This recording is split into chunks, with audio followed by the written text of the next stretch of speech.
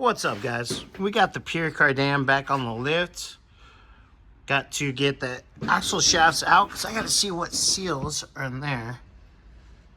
Make sure either we have the right ones or the correct ones because there's two different sizes. So we'll get that figured out. Motor mounts will come off. And we'll lift the motor and trans, scoot it towards the front of the car a little bit so I can get the pan out of the back. The one that we've been waiting on to do for a seal. And so it's the end of the day. So this will be Friday's little project. We'll have Xander for some help in the afternoon, evening time. So yeah, we'll get this going and finish up all these seals so we can move on to the next thing on this bad boy. But you know, we'll be doing both sides. I suppose not.